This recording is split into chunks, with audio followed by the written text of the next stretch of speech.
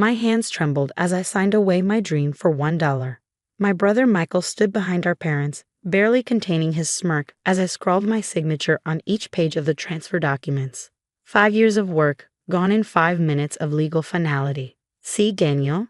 That wasn't so hard, my father said, gathering the papers with practiced efficiency. After all, as one of Boston's top corporate lawyers, he'd overseen countless company acquisitions, though usually they involved more than a single dollar. My mother touched my shoulder, her expensive rings cold against my skin. It's for the best, honey. Michael has the business experience to make something of this. You can go back to school, get your MBA like we always planned. I stared at the ThinkTech logo on the last page, my logo, the one I designed in my MIT dorm room, while first imagining a company that would revolutionize artificial intelligence. Now it belonged to my older brother, who'd never written a line of code in his life. The company car keys, Michael prompted, holding out his hand, and the office access card. I pulled them from my pocket, along with my key card to the research lab, where I'd spent countless nights perfecting our AI algorithms. What Michael and my parents didn't know was that the most valuable part of ThinkTech wasn't in any of those places. The real treasure was safely encrypted on servers they didn't even know existed. This whole nightmare had started 3 months ago, when our family's golden child had finally noticed what his embarrassment of a younger brother was building. Michael, with his Harvard MBA and junior partnership at Goldman Sachs, had always been the family success story. I was the dreamer who dropped out of MIT's computer science program to pursue a ridiculous tech fantasy.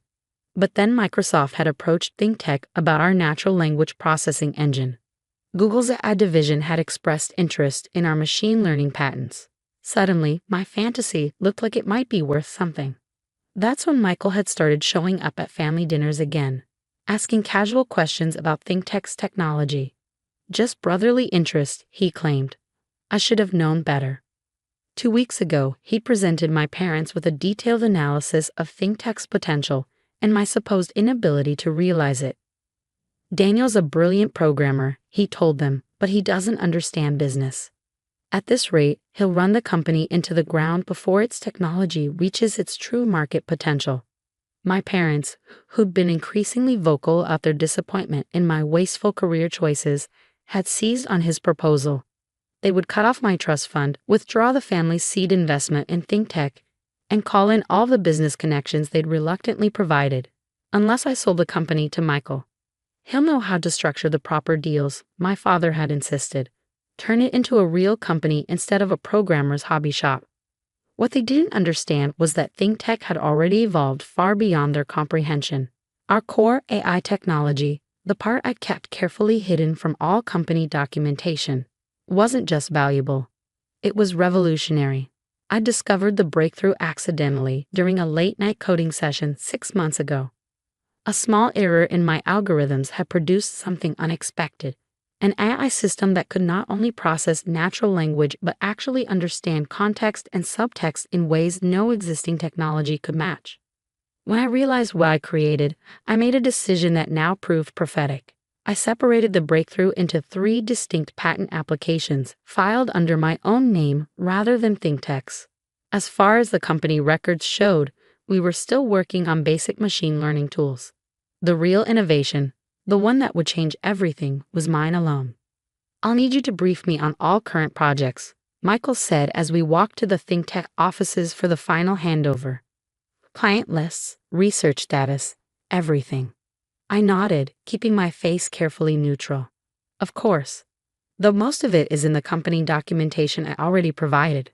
He frowned slightly. My brother had always been able to tell when I was holding something back, ever since we were kids. But now he had no power to force the truth from me. He owned ThinkTech, yes, but only the shell I'd left for him to find. The next 2 weeks were a parade of humiliation as Michael took control of my company. He brought in his own management team, replaced my beloved whiteboard walls with modern art, and relegated me to an advisory role that meant nothing. I watched him parade potential investors through the office, spouting buzzwords he didn't understand about technology he couldn't comprehend.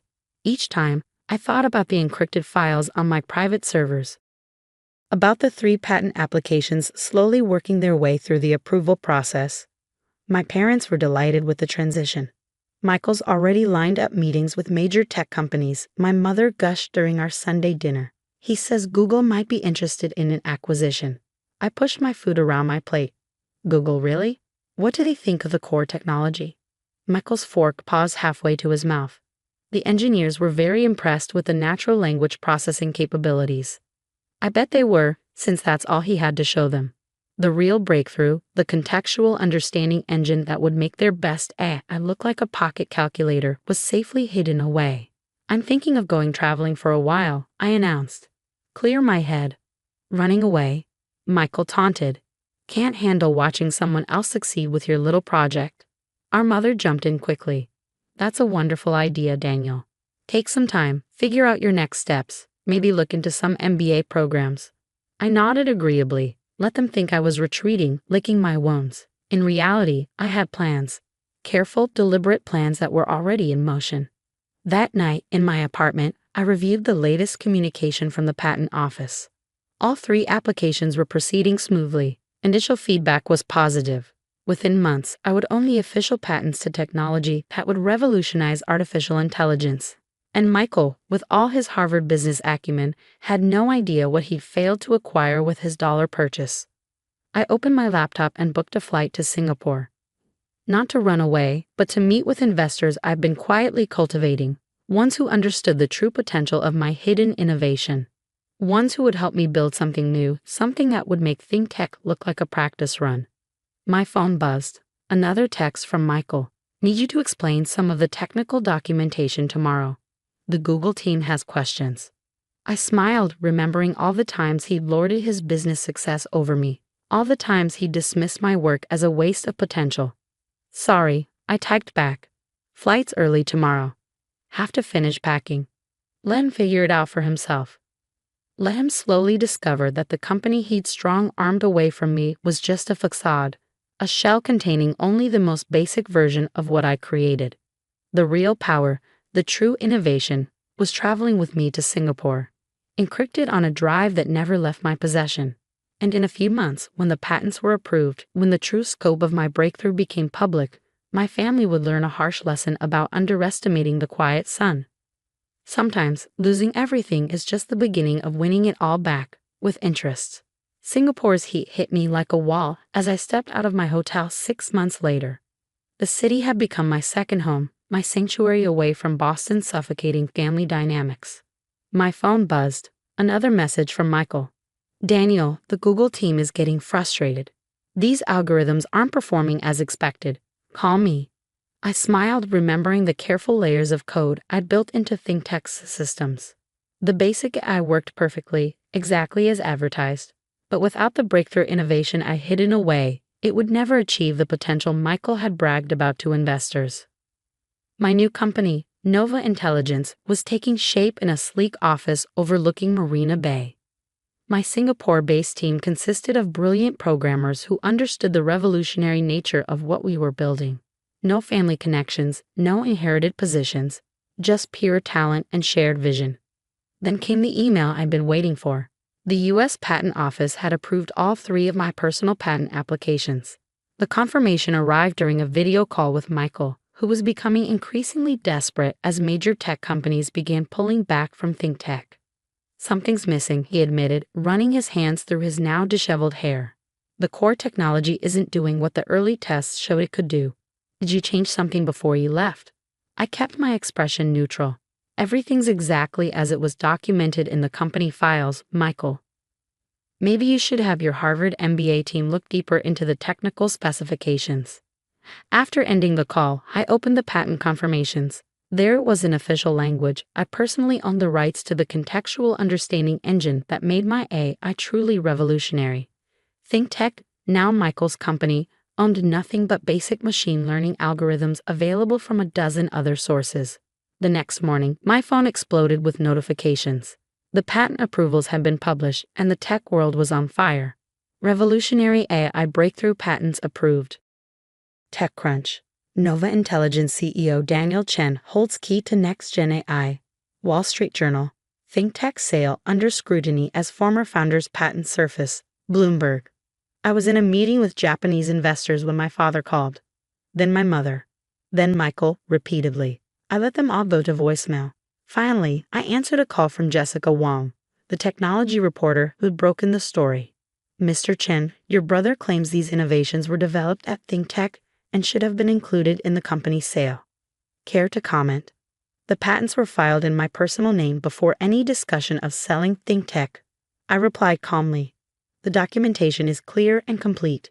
The technology covered by these patents was never ThinkTech company property. And the fact that your brother paid only $1 for ThinkTech? I allowed myself a small smile. The price reflected the actual value of the technology included in the sale. The story exploded across the business world.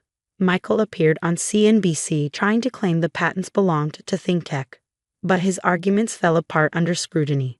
Every document, every filing, every line of code had been carefully prepared to withstand exactly this challenge. My parents were next, calling a family meeting at their Beacon Hill mansion. I attended via video call from my Singapore office, now deliberately decorated with Nova Intelligence's sleek logo visible in the background. This is about family loyalty, my father began, his lawyer's composure cracking. You deliberately deceived your brother. No, I interrupted quietly. This is about business. Isn't that what you always taught us? Michael wanted my company, so he leveraged family connections to take it. Fine, he got exactly what he paid for, $1 worth of technology. My mother tried next. Darling, we can work this out. The family name is doing just fine, I finished. Nova Intelligence is already valued at $2.3 billion after our last funding round. The Chen family has nothing to worry about. Michael finally exploded. You little snake. You knew what you were hiding when you signed those transfer papers. I'll sue you for fraud. I held up a document. My legal team prepared a complete analysis. The sale documents, which your Harvard lawyers drafted, specifically covered only technology owned by ThinkTech at the time of sale. These patents were personal intellectual property filed before any discussion of selling the company. Sue if you want, but it will only generate more embarrassing headlines. The silence that followed was deafening. My father, the brilliant corporate lawyer, knew I was right. Michael, for all his MBA polish, had been outmaneuvered by the brother he'd underestimated. What do you want? My father finally asked. Nothing, I replied. Nova Intelligence is already partnering with Microsoft, Google, and 3 major AI research institutes. We're opening offices in Tokyo and London next month. I don't mean anything from ThinkTech or the family. Those were my connections, Michael sputtered. My business relationships. No, I cut in. Those were the connections you inherited. I built these relationships myself, with companies that understand the true value of innovation. Over the next year, the contrast between Nova Intelligence and ThinkTech became impossible to ignore. Without its hidden core technology, ThinkTech struggled to compete. Michael's Harvard connections couldn't change the fact that he owned a hollow shell of what he thought he'd acquired. Nova Intelligence, meanwhile, soared. Our contextual understanding engine revolutionized everything from medical diagnosis to financial analysis. The patents that Michael had failed to capture became the foundation of a new generation of AI technology. My parents tried different approaches to regain control. First came guilt. Family dinners filled with references to tradition and loyalty. Then negotiation. Offers to merge ThinkTech and Nova Intelligence under family oversight.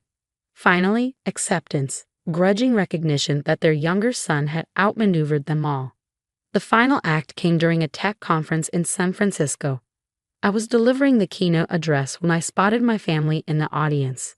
Michael looked tired. The polish of his Goldman Sachs days faded. My parents sat stiffly, watching as I demonstrated Nova Intelligence's latest innovation. After the presentation, Michael approached me alone. You could have just told me what you were really building, he said quietly. I looked at my brother, remembering all the times he'd dismissed my work, all the family dinners where he boasted while belittling my choices. Would you have listened? Or would you have just tried to take it sooner? He had no answer. A week later, ThinkTech announced it was being sold to a minor tech company for a fraction of what Michael had once boasted it was worth. The headlines were brutal. ThinkTech sale marks end of family tech dynasty that never was. My mother called, tears in her voice. Was it worth it? Breaking up the family like this? I looked out my office window at Singapore's glittering skyline. The family broke things first, Mom. I just refused to be broken with it. Nova Intelligence continued to grow. We opened research centers worldwide, advanced AI technology in ways my former family company never could have, and built something far beyond what Michael had tried to steal for $1. Last month, I received an invitation to speak at MIT's graduation ceremony. The topic, Innovation, Family, and the True Cost of Success. I accepted, but not to gloat or seek revenge. I accepted to share the real lesson I'd learned. Sometimes, losing everything is the first step to gaining something greater. Sometimes, the quietest member of the family is the one you should have watched most carefully. And sometimes, $1's worth of humiliation buys you a future worth billions. The patents that Michael failed to capture now hang framed in my office. A reminder that true innovation can't be stolen, only earned. Next to them sits a single dollar bill, preserved in a case. Underneath, a small plaque reads, Price of freedom, $1. Value of believing in yourself, priceless. Michael still runs a small consulting firm in Boston. My parents still attend their social functions and talk about family loyalty. But in boardrooms and tech conferences around the world, people tell a different story. About the quiet programmer who turned a forced sale into $1 billion victory. Sometimes the best revenge isn't just success. It's success they can't take credit for.